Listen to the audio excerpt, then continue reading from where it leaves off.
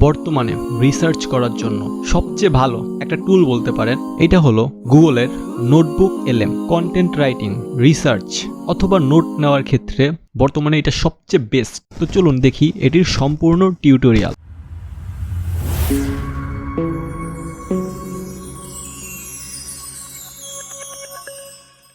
প্রথমে এই ওয়েবসাইটে চলে আসবেন notebooklm.google। এরপরে ট্রাই নোটবুকলম লেখার উপরে ক্লিক করুন। এরপরে আপনার একটি জিমেল অ্যাকাউন্ট দিয়ে এখানে একটি অ্যাকাউন্ট তৈরি করুন। এরপরে আপনি এই ধরনের কিছু ইন্টারফেস দেখতে পারবেন। আপনি যখন প্রথমে এখানে একটা অ্যাকাউন্ট খুলবেন এগুলো সবগুলো স্কিপ করুন। এরপরে ক্রিয়েট লেখার উপরে ক্লিক করুন, অথবা এই ইন্টারফেস থেকে বাম পাশের মেনুতে আপনি সোর্স লেখা দেখতে পারবেন। এর পাশে প্লাস আইকনে ক্লিক করেও আপনি আপনার সোর্স ফাইল আপলোড করতে পারেন, যেই ফাইলগুলো থেকে আপনি মূলত রিসার্চগুলো করবেন। প্রথমেই আপনি আপনার সোর্স ফাইলের পিডিএফ এখানে আপলোড করতে পারবেন। যেমন এইখানে আমি দ্য অ্যাটমিক হ্যাবিটস বইয়ের পিডিএফ আপলোড করব। এছাড়াও আপনি আপনার কোনো একটা কপি করা লেখা এখানে সোর্স হিসেবে ব্যবহার করতে পারবেন। এজন্য আপনি কপি টেক্সট লেখার উপরে ক্লিক করবেন। এরপরে আপনি যে বক্সটা পাবেন এখানে আপনি আপনার লেখাটি পেস্ট করবেন। এরপরে ইনসার্টে ক্লিক করবেন। তাহলে ডান পাশের মেনুতে আপনি আপনার এই সোর্স ফাইলটিও দেখতে পারবেন। এখানে আপনি চাইলে আপনার সোর্স ফাইলের নাম পরিবর্তন করতে পারেন।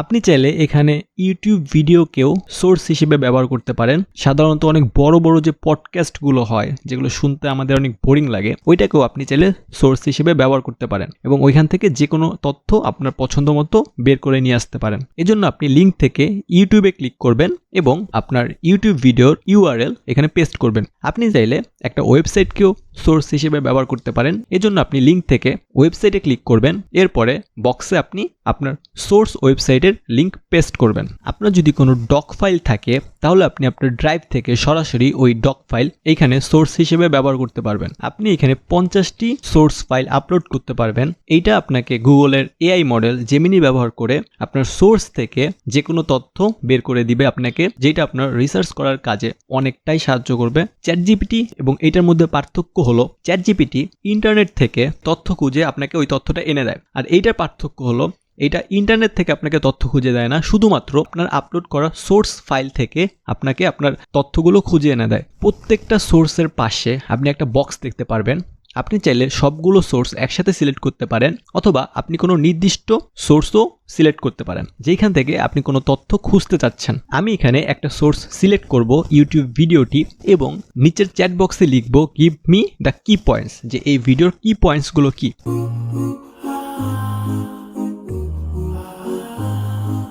তাহলে দেখুন খুবই কম সময়ের মধ্যে এটি আমাকে ওই ভিডিও থেকে কি পয়েন্টসগুলো বের করে এনে দিয়েছে। এখন যদি আপনি এই নোটটি সেভ করে রাখতে চান, এজন্য সেভ টু নোট এইখানে ক্লিক করবেন। তাহলে আপনি আপনার নোটটি এইখানে দেখতে পারবেন। এখন আমি আরেকটি সোর্স সিলেক্ট করব। এখানে আমি বইয়ের পিডিএফটি সিলেক্ট করছি, অ্যাটমিক হ্যাবিটস বইয়ের, এবং এখান থেকে আমি চাচ্ছি what is the habit building process এটা জানতে।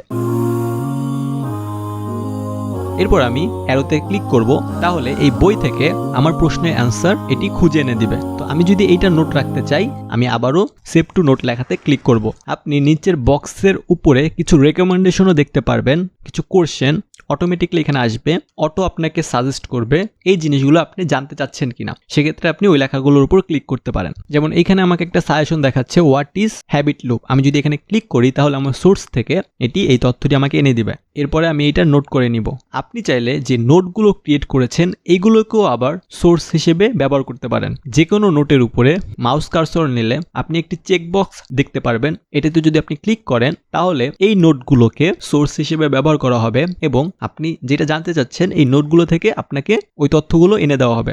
এখানে আমি 2টি নোট সিলেক্ট করছি এবং লিখছি হোয়াট ইজ কিউ, যেটা যে কোনো অভ্যাস বানানোর একটা এলিমেন্ট। তো দেখি এটা আমাকে কি বলে। তো দেখুন এটা আমাকে আমার প্রশ্নের অ্যান্সারটা এনে দিয়েছে যে একটা কিউ কি, অভ্যাস বানানোর ক্ষেত্রে একটা কিউ কি, যেটা যদি আমি বই পড়ে বের করতে যেতাম এটা আমার অনেক টাইম লাগতো এবং অনেক ইফোর্ট লাগতো। আপনি যদি উপরে ডান দিকে কর্নারে শেয়ারে ক্লিক করেন তাহলে আপনি আপনার ফাইলটি অন্যদের সাথে শেয়ার করতে পারবেন, তাহলে তারাও এটার অ্যাক্সেস পাবে। ঠিক যেভাবে আপনি গুগল স্লাইড অথবা গুগল ডক শেয়ার করেন। আপনি চাইলে এখানে কোনো কাস্টম নোটও তৈরি করতে পারেন। এজন্য আপনি অ্যাড নোটে ক্লিক করবেন। এরপর আপনি আপনার ইচ্ছা মতো যে কোনো কিছু লিখে এখানে নোট করে রাখতে পারেন। সবশেষে আপনি যদি বাম দিকে কর্নারে 3 লাইনের উপর ক্লিক করেন এবং এরপরে যদি আপনি নোটবুক এমএল এই লেখার উপর ক্লিক করেন তাহলে এটি হোম পেজে আপনাকে নিয়ে আসবে। এখান থেকে আপনি চাইলে আপনার নোটগুলো রিনেম করতে পারেন অথবা ডিলিট করে দিতে পারেন এবং আপনার সবগুলো নোট আপনি এখানে দেখতে পারবেন এবং আপনি এখান থেকে নতুন একটা নোট তৈরি করতে পারেন। তো এই ছিল আজকের ভিডিও। আশা করি আপনার ভিডিওটা ভালো লেগেছে, and thank you very much for watching this video.